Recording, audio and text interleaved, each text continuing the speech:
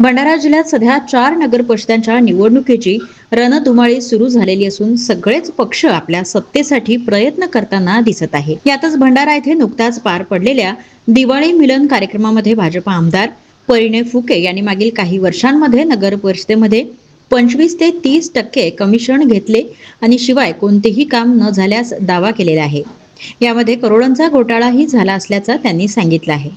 नगर परिषदेत आपली सत्ता आली तर त्याची चौकशी करू असा दम देखील दिला आहे। तर भंडारा जिल्ह्यातील 4ही नगर परिषदेत भाजपची सत्ता होती व नंतर प्रशासक बसविण्यात आला, तर दुसरीकडे राज्याची सत्ता भाजपच्या हातात असताना भ्रष्टाचार कसा झाला असा प्रश्न उपस्थित होत आहे आणि त्यामुळे परिणय फुके आपल्या सरकारवरच टीका करतात का असा प्रश्न उपस्थित होत आहे। खरं आपल्याला या शहरांचा विकास करायचा आहे, खरं जर आपल्याला एक चांगलं शहर आपल्याला तयार करायचं आहे तर आपल्याला नगर परिषदमध्ये भारतीय जनता पार्टीच्या अध्यक्ष निवडून आला पाहिजे। भारतीय जनता पार्टीचे नगरसेवक येऊन भारतीय जनता पार्टीची सत्ता आली आणि नुसतं सत्ता गाजवण्यासाठी नाही तर त्या शहरामध्ये कुठचंही जे चुकीचं काम मागच्या 4 वर्षापासून होत आहे।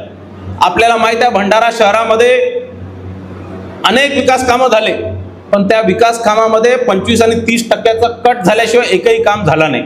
मोठ्या प्रमाणात करोडो रुपयाचे भ्रष्टाचार भंडारा नगर परिषद मध्ये झालेले आहे आणि 4 वर्ष या नगर परिषदेवर कोणीही कुणाचाही हस्तक्षेप नव्हता, कोणीही कुणाची बंदिश नव्हती आणि कुठेतरी आपली नगर परिषद आली तर विकास कामं तर होणारच, पण पहिले हे जे भ्रष्टाचार जे भंडारा शहरवासीचे जे पैसे जे खाण्यात आले 25 आणि 30%, याच्यावर पहिले कारवाई होणार, याच्यावर पहिले चौकशा होणार आणि हे जे करोडो रुपयाचा जो भ्रष्टाचार झाला हा कुठेतरी बाहेर काढण्याचंही काम आपल्या सर्वांना करायचं आहे आणि म्हणून नगर परिषदमध्ये आपल्याला निवडून येणं फार आवश्यक आहे।